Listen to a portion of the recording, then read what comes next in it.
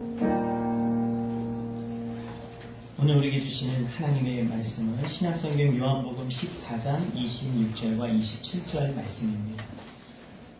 신약성경 요한복음 14장 26절과 27절 말씀.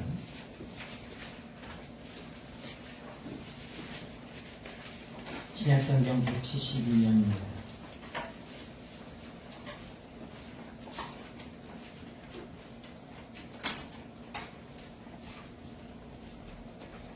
요한복음 14장 26절과 27절입니다. 다 함께 한 목소리로 공독합니다. 보혜사 곧 아버지께서 내 이름으로 보내실 성령 그가 너에게 모든 것을 가르치고 내가 너에게 말한 모든 것을 생각나게 하리라. 평안을 너에게 끼치노니 곧 나의 평안을 너에게 주노라. 내가 너에게 주는 것은 세상이 주는 것과 같이 아니하니라. 너희는 마음에 근심하지도 말고 두려워하지도 말라. 아멘.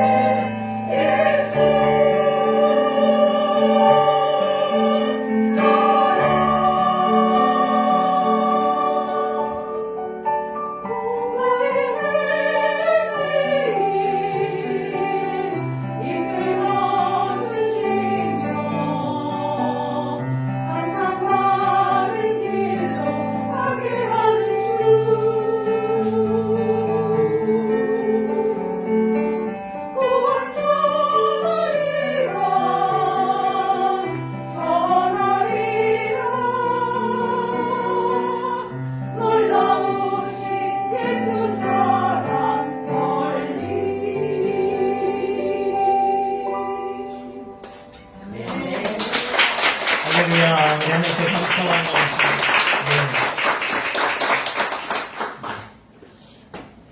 한 번은 우리 또 찬양 뒤에 우리 한번 더 힘차게 격려하면서 박수 한번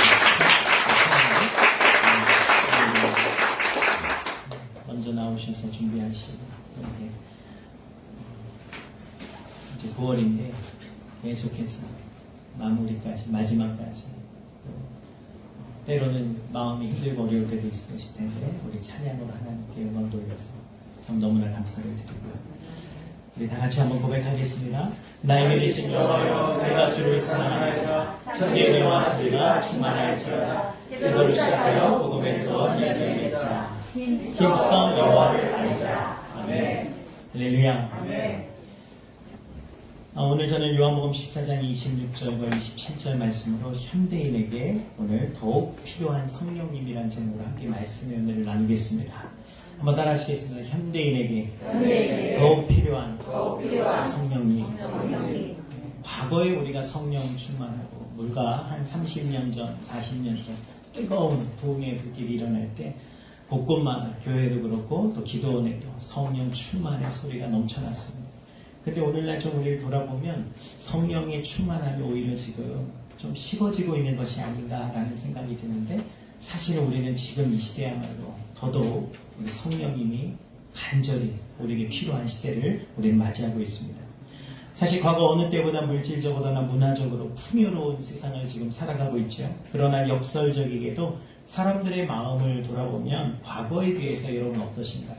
우리가 과거에 좀 10년 전, 20년 전을 좀 되돌아본다면 과연 나는 마음의 여유가 지금 좀 더 있는가? 아니면 형편과 삶의 질은 높아졌을 것 같지만, 그러나 정말 우리 마음속은 진정으로 좀 안정되고 평안함을 갖고 있는가? 아니면 여전히 크고 작은 불안감 때문에 시달리면서 마음의 평강까지 오히려 더 떨어지고 있는 것은 아닌가 하는 생각을 하게 됩니다. 어제 올라온 인터넷 신문 기사를 보니까요, 은행에 무려 8억 원이나 저축한 60대 부부가 이 기사를 충격을 받았습니다. 여러분 놀라지 마시기 바랍니다. 너무 놀라서 충격받지 마시기 바랍니다. 저는 정말 충격을 너무 크게 받았어요. 은행에 무려 지금 현금으로 8억을 저축한 60대 부부입니다. 집도 있습니다. 네, 노후에 대한 경제적 불안 때문에 밤잠을 못 이루고 있다는 기사를 어제 읽었습니다. 저는 그래서 이게 어떻게 된 일이야? 여러분 8억 있으시면 아멘. 그럼 어제 날밤 새고 오셨어요? 왜 그런가 했더니 노후에 밥만 먹고 살면 드는 비용이 240만 원 정도인데, 친구 만나고 조금 사회생활하면 340만 원이 든대요. 그래서 그거를 따져보니까 기대 수명치가 워낙 높기 때문에 이 죽기 전에 이게 다 8억도 모자란다는 얘기예요. 그래서 밤잠을 못 누리신다는 60대 부부의 이 기사가 60대 부부뿐만이 아닙니다. 50대도 많고요. 은퇴를 앞둔, 정년퇴직을 앞둔 그런 사람들이 다 이구동성으로 정말 우리 어떻게 살까 앞으로. 근데 가진 것이 정말 통장에 없는 게 아니라 몇 억씩, 최소 3억, 5억은 갖고 있더라고요. 통장에만. 근데 불안하다. 이처럼 세상은 늘 불안과 염려가 자리하고 있어서 그냥 겉보기에는 다 풍요롭고 평안해 보이지만 참 사람들의 마음속에는, 저 깊은 곳에는 이 불안과 염려 때문에 평안을 누리지 못하고 살고 있구나 라는 생각을 다시 한번 하게 됩니다. 그런데 이에 대해서 심리학자 에릭 프롬은요, 1976년에 발간한 그의 저서 소유냐 존재냐라는 책에서 이미 이것에 대한 문제를 제기하고 있었어요. 산업시대 이후에 인류가 희망과 믿음의 토대로 삼아온 이 자연을 우리가 인간이 다스리고 그것으로 인해서 자연재해를 좀 피해갈 수도 있고, 댐을 만들다든지, 그 다음에 물질적인 풍요를 계속 이뤄간다면, 또한 최대 다수의 최대 행복과 개인의 무제한적 자유를 추구하게 된다면, 분명 지금보다 그때 당시에 우리는 더 나은 세계를 살아갈 것이다. 유토피아적인 환상을 그렇게 꿈꿔왔는데, 그것을 에릭 프롬은 비판하고 나섰습니다. 에릭 프롬에 의하면 행복이 욕망의 무제한적 충족에서 오는 것이 아니다라고 말하고 있어요. 무슨 말씀이냐면, 매일매일 우리가 치킨을 먹고 매일매일 내가 먹고 싶은 거 다 먹으면 진짜 행복할 것 같지만 그 행복이 오히려 줄어든다는 거예요. 차라리, 참 여러분 정말 아이러니하게도요, 막 뷔페 가서 막 이렇게 먹는 것도 참 맛있지만 가끔 가야 돼요. 그런데 어떤 때는요, 집에서 끓여준 사발면, 집에서 3분 컵라면 있잖아요. 그걸 아이들이 더 기뻐합니다. 그렇다고 매일 또 그거 주면 아니겠죠. 그러니까 이게 원하는 걸 계속 충족한다고 해서 우리가 행복해지는 것이 아니라는 거예요. 오히려 더 많이 소유할수록 더 큰 탐욕에 우리가 사로잡히게 된다는 것을 에릭 프롬은 날카롭게 지적하고 있습니다. 그리고 한 걸음 더 나아가서 이러한 약속을 토대로 발전한 경제체제가 인간에게 무엇이 선한가 보다는 이 시스템의 성장을 위해 무엇이 유익한가에 더 초점을 맞추었다라는 거예요. 그러니까 이렇게 살면 인간이 더 우리가 선하고 더 인간에게 더 유익할 거야 라는 것이 아니라, 이 자본주의나 이런 시스템이 더 성장하면 우리는 더 많은 사람들이 누릴 것이기 때문에 거기에 초점을 맞췄다라는 거죠. 그것에 대해서 에릭 프롬은 비판하면서 그 결과 자연은 파괴되고요. 무분별한 개발 때문에 인간을 여러 가지 크고 작은 병들이 시달리기 시작해요. 오히려 과거보다 더 많은 병들이 생겨났다는 겁니다. 또 사회는 다양한 문제들로 인해서 극단으로 그리고 파국으로 치닫고 있다는 그런 통찰을 내놨어요. 그런 보면 에릭 프롬은 진정한 삶은 소유가 아니라 존재 그 자체를 충만히 누리며 살아가는 것에 있다라고 주장합니다. 삶을 지탱하는 중요한 차원이 소유에 있는 것이 아니라 바로 타인을 돌아볼 줄 아는 인간됨, 다른 사람과 나와 타자 사이에 서로를 사랑할 수 있고 존중할 수 있는 그런 마음들이 있어야 되고, 그 마음은 어디서부터 시작되느냐? 그 영혼으로부터 먼저 잘 될 때. 이 사람은 특정 종교를 얘기한 것은 아닙니다. 이 사람이 말하는 영성은 우리가 생각하는 기독교 영성하고는 좀 다를 수도 있어요. 그러나 중요한 것은 바로 영성, 바로 이 스피리추얼리티, 이것이야말로 인간에게 굉장히 중요한 것이다 라는 것을 이 에릭 프롬은 우리에게 시사하고 있습니다.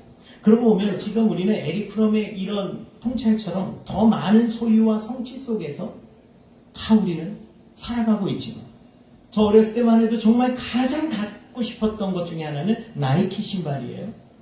집에 이제 나이키 신발 저도 있습니다. 어떻게 보면 여러분, 나이키 신발 하나 갖는 게 가장 큰 소원일 때도 있었지만, 지금 우리는 핸드폰도 최신형을 가지고 정말 전 세계가 부러워할 정도로 우리나라에 와보면 사람들이 깜짝 놀라는 거예요. 어떻게 엘리베이터에 눌렀다가 취소할 수 있는 버튼이 있냐는 거예요.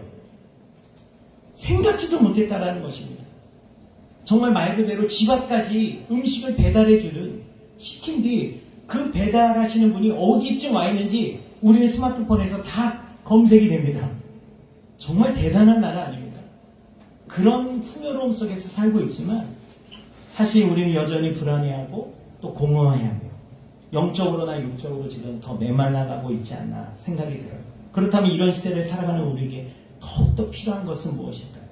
오늘 본문이 기록된 요한복음 14장은 예수님께서 십자가 죽음을 앞둔 시점에서 제자들과 마지막 6월절 만찬을 이제 갖게 되시죠. 바로 이 자리에서 예수님은 큰 이야기 하나를 발표하십니다. 그것은 곧 내가 붙잡히게 되고 고난받고 십자가에서 처형당할 것이다. 십자가에서 죽게 될 것이다 라는 말이에요.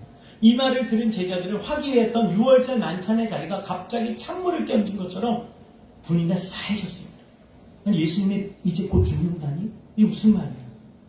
과연 제자들이 예수님을 정말 사랑해서 그런 마음이 들었을까 하는 생각은 우리가 뒤에 보면 예수님이 붙잡히시자 그들은 하나같이 다 도망가 버린 것을 볼 때, 그들은 왜 예수님을 3년 동안 그토록 열심히 정말 따라다녔을까? 심지어 그들은 자기들의 생계를 다 내팽개치면서까지 헌신을 했어요.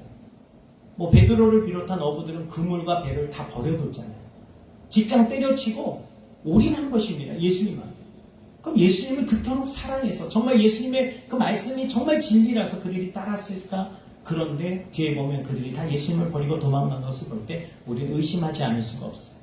자, 그런데 바로 그렇게 두려워하는, 불안해하는 그 제자들에게 오늘 예수님께서 주신 말씀이 바로 요한복음 14장에 나오는 바로 보혜사 성령에 관한 이야기입니다.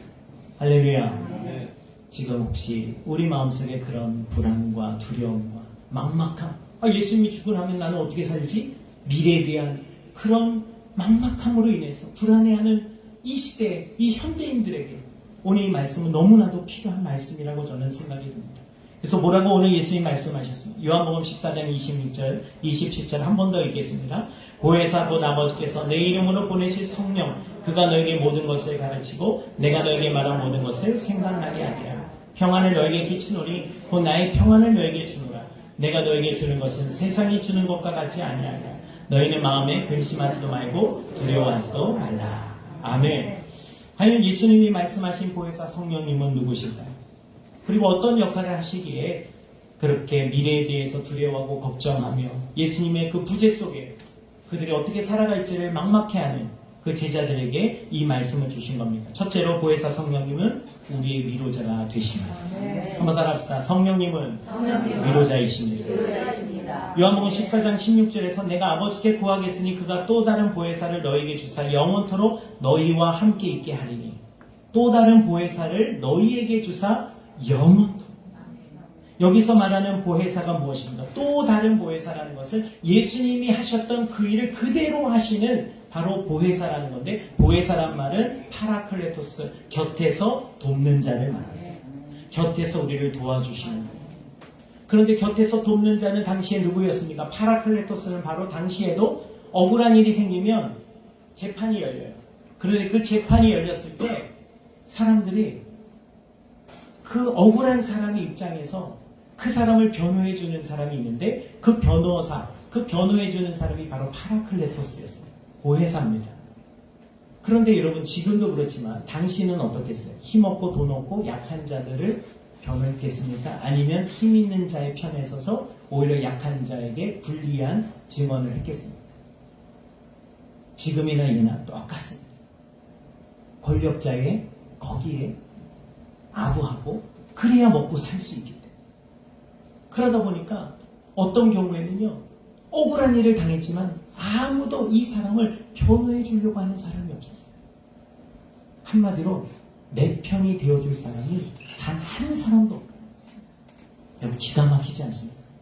혹시 여러분, 만약에 정말 우리가 직장이나 가정도 그럴 수도 있고 교회도 마찬가지, 어느 공동체에서 어떤 일을 겪었는데 너무 억울한 거예요. 그런데 아무도 내 말을 들어주려고 하지 않고 내 편에 서줄 사람이 없어요. 뻔히 내가 억울하다는 것을 알면서도 다들 어떻게 해요? 말도 못하고 편이 되어주지 못하는 겁니다. 참 그럴 때 여러분, 얼마나 마음이 우리가 고독하고 외로울까. 그런데 오늘 여러분, 우리 곁에서 영원한 우리 편이 되어주시는 분이 계십니다. 그분이 바로 성령님이십니다. 근데 그 성령님은 우리 편이 되어주셔서 무조건 네가 오라라고 말씀하신 분이 아니라 우리 곁에서 우리를 변호해 주실 뿐만 아니라 뭐 하시는 분이냐? 바로 파라클레토스는 위로해 주시는 분이에요. 내가 너가 억울한 거 내가 야, 너 얼마나 지금까지 너 이렇게 힘들었니? 그 곁에서 누군가 묵묵히 내 편이 되어주어서 위로해 주는 거예요. 그 사람이 한 사람이라도 있다면 여러분, 우리는 어떻게 해요? 다시 용기를 낼 수 있고 살아갈 이유가 있다는 것을 우리 느낄 겁니다. 아무도 내 편 되어주지 않을 때, 그때 얘는 절대 그런 사람 아니에요. 설령 그랬다 치더라도 저는 이 친구를 믿습니다. 실수할 수도 있는 거죠. 막 이렇게 내 편이 되어주는 거예요. 여러분, 요한복음 8장에 보면 현장에서 가늠하다 붙잡힌 여인의 이야기가 나옵니다. 모든 사람들이 이 여인을 예수님 앞에 끌고 와서는 아마 옷도 제대로 입혀오지 않았을 거예요. 그런데 그 앞에서 현장에서 가늠한 여인이니까 예수님에게 이 여인은 어떻게 할 겁니까? 라고 묻는 거예요. 뻔히 예수님에게 만약에 돌로 치라는 것이 율법인데 그렇게 하려면, 야, 저렇게 사랑이 없는 예수의 평소 뭐라고 사랑하더니 거봐, 죽이라며, 여자 죽이라는 거야. 저렇게 아주 인자함이 없어. 그 얘기를 하려고. 또 반대로 살려고 하면 거봐, 율법을 무시하는 자야. 예수님을 완전히 어떻게 보면은 함정에 빠뜨리기 위해서 그 여인을 끌고 온 거죠. 그러니까 거기에는요, 아무도 이 여인을 변호해 줄 만한 누구도 없는 거예요. 왜? 가늠한 여인이 맞으니까. 그때 예수님께서 여러분, 이 여인을 보시면서 어떻게 하셨을까요? 여러분, 예수님께서는 갑자기 말없이 나는 무엇인가를 쓰기 시작하셨다. 성경은 이렇게 나옵니다. 그 말이 뭐냐? 여기에 많은 관심을 우린 가질 수도 있어요. 그래서 우리가 가장 많이 들어온 그런 예는 한 사람 한 사람의 죄를 하나씩 다 거기다 썼다. 그래서 네 죄를 네가 알렸다? 그렇게 예수님이 하셨을 것이다 라고 하는데, 이건 우리가 확인할 수가 없습니다. 나중에 천국 가면 우리가 물어봐야 돼요. 예수님 그때 뭐라고 쓰셨어요? 그러니까 상상은 자유니까 그런데 예수님께서 그 시간 동안에 예수님은 이 여인이 지금 울면서 하고 있는데, 아니 원래 현장에서 가늠하다 잡힌 사람이면 여자만 끌고 와서 되는 게 아니라 누구도 있어야 돼요. 남자도 데리고 와야 되죠. 그런데 남자는 없이 지금 여자만 끌고 와 있고 지금 바로 돌로 쳐 죽일 듯한 상황이에요. 아무도 이 여인에 대해서 억울한 어떻게 된 일인지 사실 어떻게 강제적으로 추행을 당했을 수도 있잖아요. 아무도 그거는 상관없이 이 여자 현장에서 가늠하다 잡힌 여인, 아무도 이 편을 들어주는 사람이 없었어요. 그런데 오직 한 분, 예수님께서는 너희 중에 죄 없는 자가 이 여인을 돌을 던져라. 그 말씀 한마디가 뭐냐면 직접적으로 말씀하신 것은 아니지만 내가 너의 편에서 오늘 얘기하겠다. 이 여인이 옳다라는 게 아닙니다. 예수님 분명히 뭐라고 하셨어요? 다시는 죄를 짓지 마라. 예수님은 다 하셨어요. 이 여인이 어떤 상황인지 뭐 어떤 경우인지. 그러나 적어도 예수님께서는 똑같이 나도 너 같은 사람 내 편 들 수 없어. 너 편 들지 않아? 이 더러운 사람아 정죄하시기보다는 오히려 그 순간 그 여인의 편에 서서 그 여인이 회개하고 돌이키도록 다시 한번 기회를 주신 겁니다. 여러분, 그분이 바로 우리 예수님입니다. 오늘 그 예수님이 또 다른 보혜사를 우리에게 보내주신 거예요. 그래서 우리가 세상 가운데서 때로는 정말 신앙생활 하면서도 억울할 때도 있고 속상할 때도 있고 또 내가 잘못해서 욕먹을 때도 있고 비난받을 때도 있겠죠. 그러나 그때 적어도 여러분 우리 편이 되어주시고 내 편에 서서 나를 감싸주시고 위로해주신 성령님이 계심을 잊지 않기를 주님을 축원합니다. 두 번째로 여러분 보혜사 성령님은 우리의 치료자가 되어주십니다.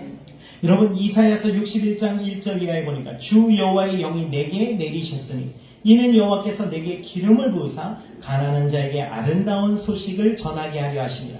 나를 보내사 마음이 상한 자를 고치며 포로된 자에게 자유를 갇힌 자에게 노임을 선포하며 여호와의 은혜의 해와 우리 하나님의 보복의 날을 선포하여 모든 슬픈 자를 위로하되 무릇 시온에서 슬퍼하는 자에게 화관을 주어 그 죄를 대신하며 그 기쁨의 기름으로 그 슬픔을 대신하며 찬송의 옷으로 그 근심을 대신하시고 그들이 의의 나무 곧 여호와께서 심으신 그 영광을 나타낼 자라 일컬음을 받게 하려 하심이라. 아멘. 할렐루야.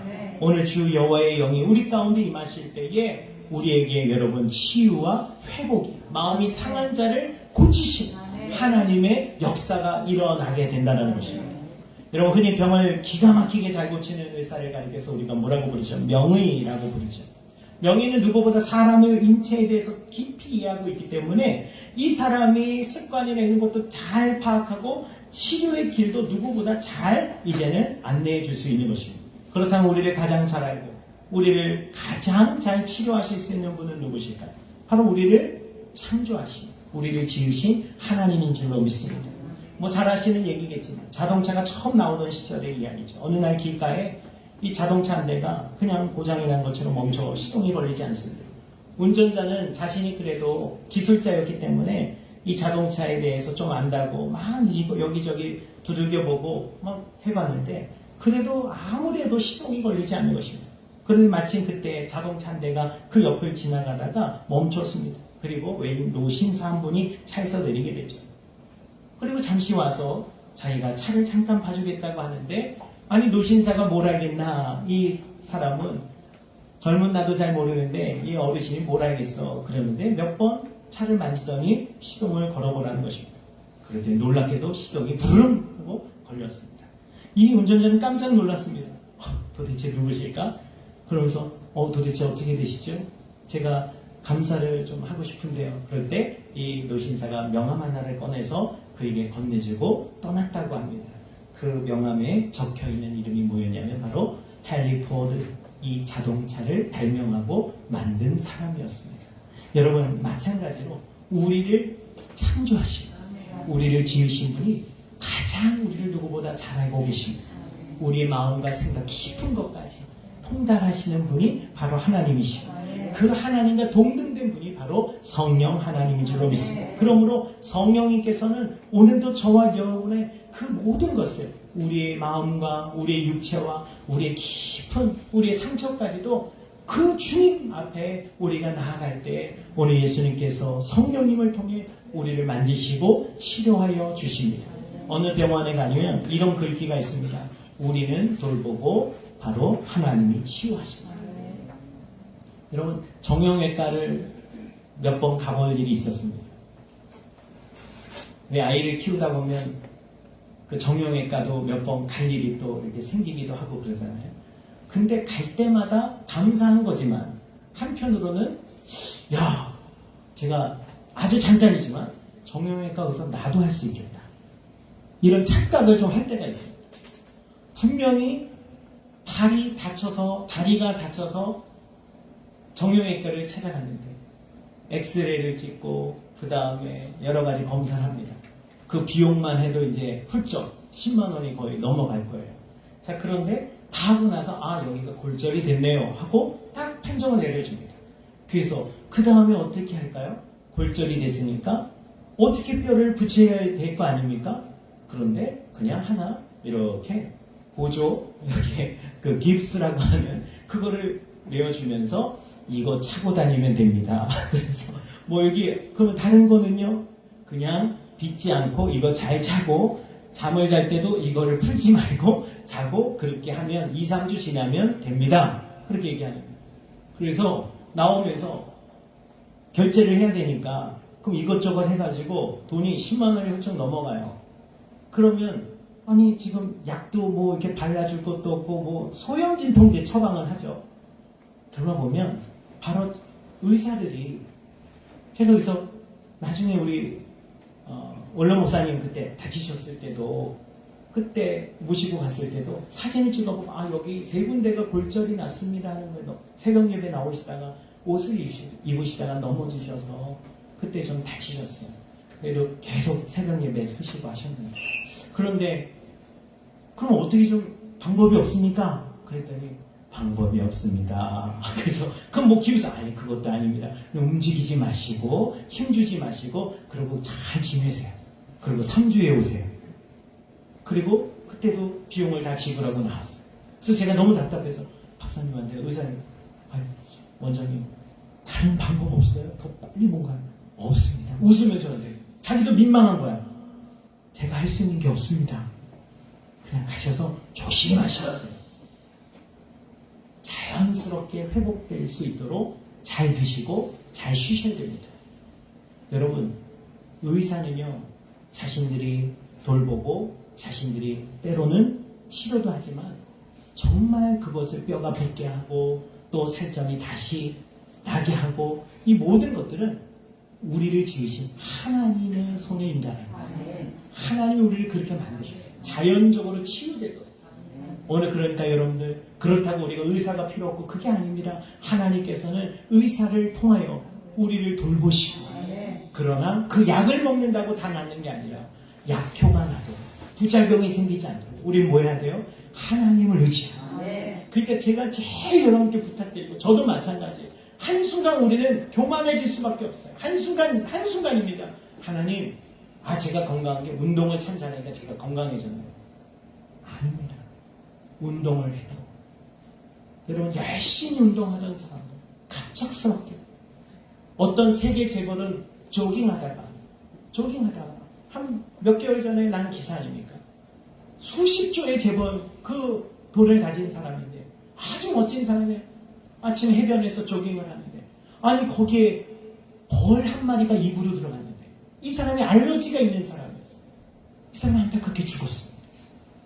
참 여러분 인생이라는 것이 그래서 우리는 정말 우리가 모든 것이 하나님의 은혜 가운데 있고 사나주구나 우리가 하나님의 은혜를 잊지 않게 되기를 바라고 제가 왜 이런 말씀을 드리냐면 저는 가끔 제가 꼭 설교 전에 교회 예배 인도하기 전에 그 프로폴리스라고 하는 그런 뭐 좋은 목에 좋은 근데 거기에 보면 이것을 자주 이렇게 잘 먹으면 감염도 안 되고 감기도 안 걸리고 목도 갈라지지 않고 뭐 굉장히 좋은 효능이 있어요.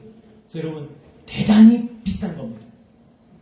그래서 제가 여러분들에게 나눠드리지 못할 정도로, 그래서 저도 하루에 2알만 예배 때만 먹습니다. 근데 여러분 그걸 먹으면서 제가 운전하다가 딱 이런 생각이 들었어요. 이야, 진짜 이거 먹으니까 감기도 안 걸리네. 이야, 이거 대단한데? 딱 그 생각으로 바로 여러분 그때마다 저는 깨닫는 게 있어요. 그러면 뭐가 와요? 감기가 오십니다. 진짜 희한해요. 그래서 하나님, 아니 그래서 저는 그 생각이 나요. 이 약 진짜 좋다라는 생각을 할 때마다 다시 저의 마음속에 좋아요, 이거 좋아요. 그러나 더 중요한 것은 너 하나님을 의지해. 제가 운전 잘해, 나 운전 잘하니까 나 무사한 거야. 그게 아니라 항상 하나님 지켜주셔야. 왜? 나만 운전 잘하면 뭐예요? 옆에 와서 차가.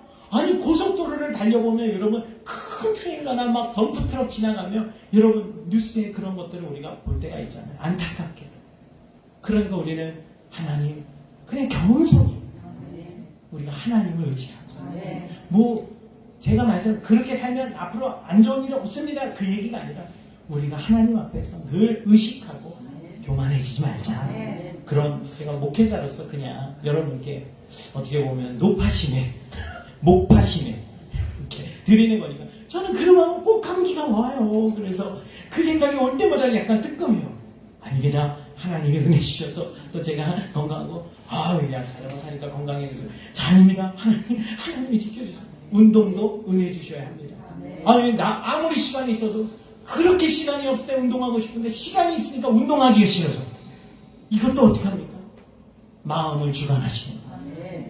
마지막 3번째입니다. 보혜사 성령님은 우리의 인도자가 되십니다. 오늘 본문의 26절을 보십시오.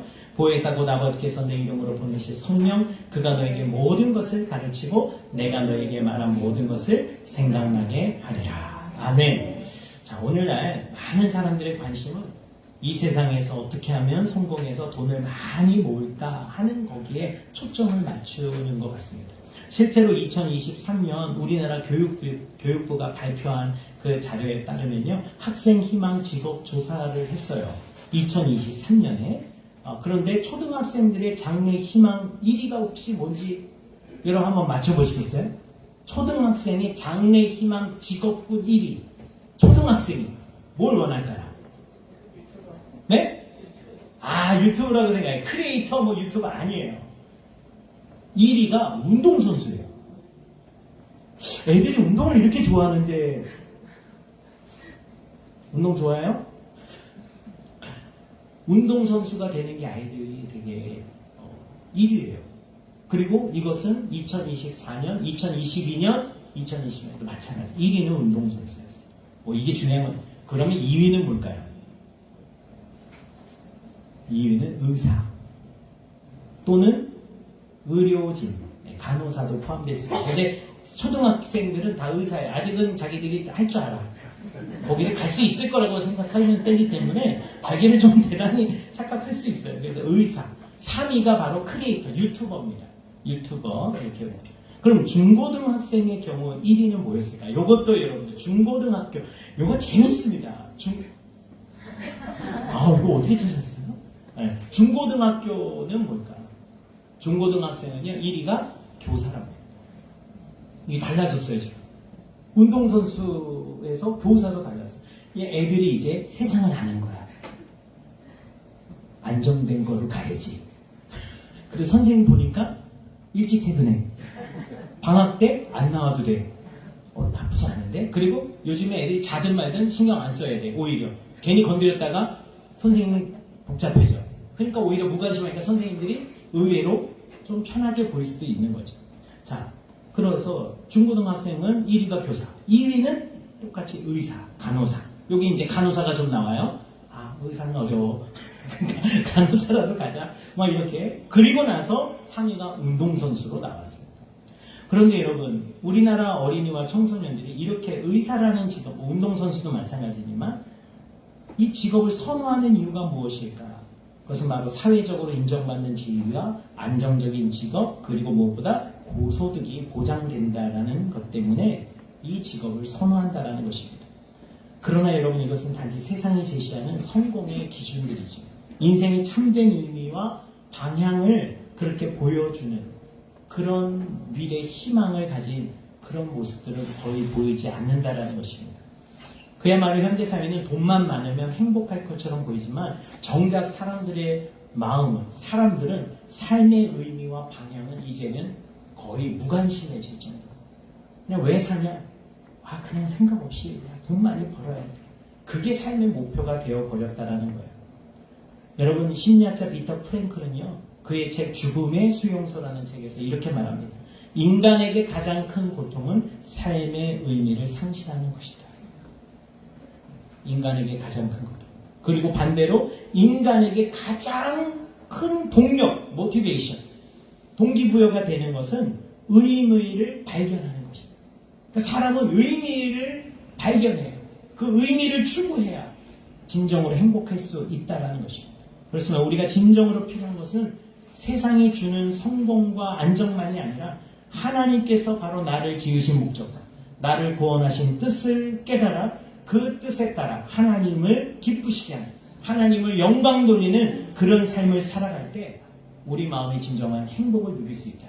그 대표적인 예가 뭐냐면, 여러분, 우리가 누군가를 조금만 도와줘도 우리가 많이 기쁩니다. 우리가 때로는 운전하다가 살짝 양보해주면요, 대단한 거 한 거 아닌데, 저희가 이제 우리 새벽 예배 끝나고 이렇게 갈 때 보면은 차들이 마곡동에서 막 큰 도로로 공항도로 쪽으로 막 나와요. 막 나옵니다. 그러면서 싹 눈치만 보는 거예요. 누가 세워주나. 웬만하면 이제 안 세워주고 막 가잖아요. 그런데 그때 우리 교회 차니까 탁 제가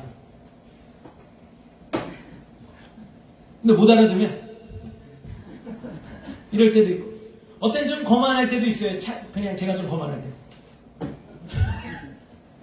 그럼 그 차가 탁 하면서 탁 나가면 깜빡이를 또 한 번 또 깜빡해주면 뿌듯합니다. 뭔가 대단한 일 한 것도 아닌데, 사람은요, 누군가를 도와주고 누군가에게 친절을 베풀고 그러면 참 기쁜 거예요. 왜? 하나님이 우리를 그렇게 만드셨어요. 여러분이 자기가 위해서는 자기는 그냥 밥 대충 먹고 떼어 있어요. 누군가 배고프다 그럴 때 다 그걸 해줄 때는 힘들어도 힘이 나고 기쁨이 있는 거예요. 할렐루야. 그러니까 여러분, 오늘 인생의 의미, 그것이 무엇일까? 정말 이제는 내가 나를 위해서만 인생을 사는 게 아니라 하나님의 뜻을 위해 살아가는 그 길을 바로 성령님이 우리를 인도하시는 거예요. 사실 아까 예수님의 제자들이 예수님을 열심히 따라다녔지만 예수님이 붙잡히시자 완전히 예수님 버리고 도망쳤잖아요. 여러분, 그들이 따랐던 것은 어떻게 보면 예수님이 아니라 예수님이 가져오실 그 성공과 권력과 그 재물에 있었던 거예요. 그러니까 그걸 버리고 예수님에게 올인을 할 수 있었던 거죠. 근데 정작 예수님이 죽게 되자 이제 그들의 꿈이 다 물거품이 돼버린 것입니다. 그래서 그들이 나중에 그냥 다 포기하고 돌아가게 되잖아요. 물론 부활하신 예수님 그들을 잠시 만나 주셨지만 그들은 잠시 회복되었지만 또다시 낙심하고, 야, 이제 우리 어떻게 살아가? 우리 이제 뭐 먹고 살지?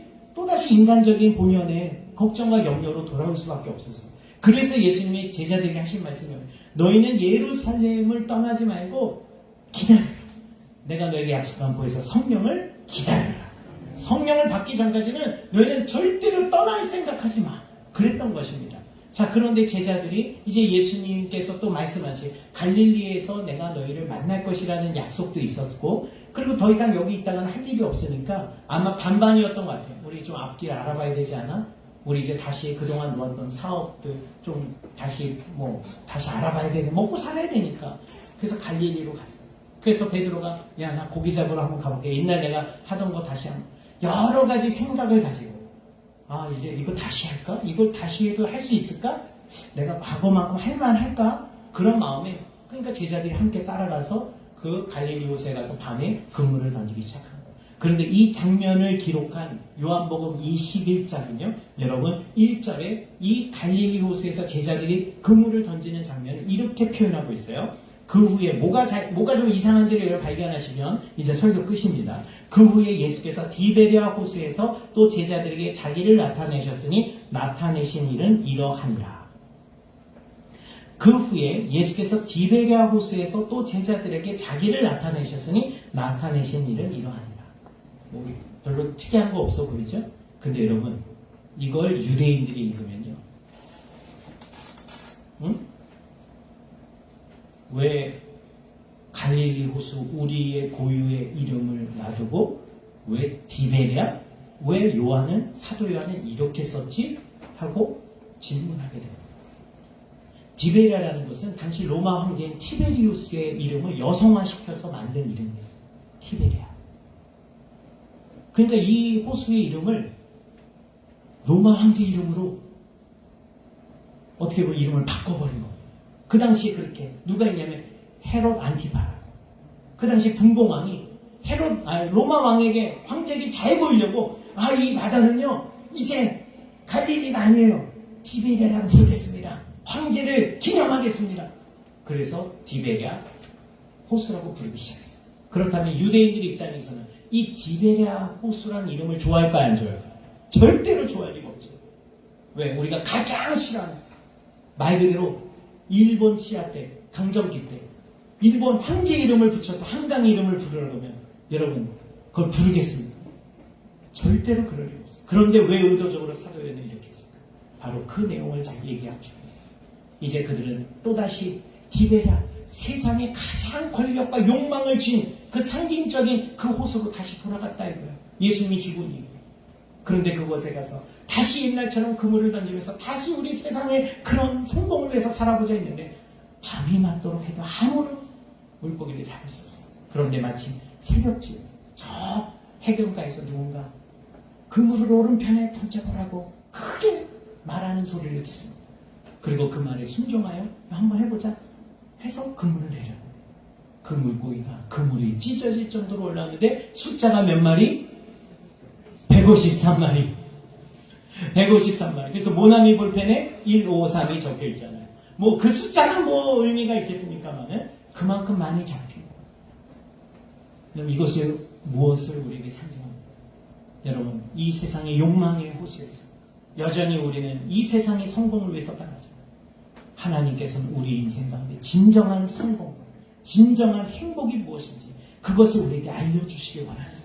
바로 성령님을 통하여 말씀을 따라 순종하여 우리를 안내하시고 하나님은 이 세상에서 우리가 단지 소유하는 것이 최고의 행복이 아니라 그 소유를 넘어 우리가 어떻게 그것을 사용할 것이며 어떻게 공동체와 함께 돌아볼 수 있는 것인가 이것을 오늘 우리에게 말해주고 있는 것입니다.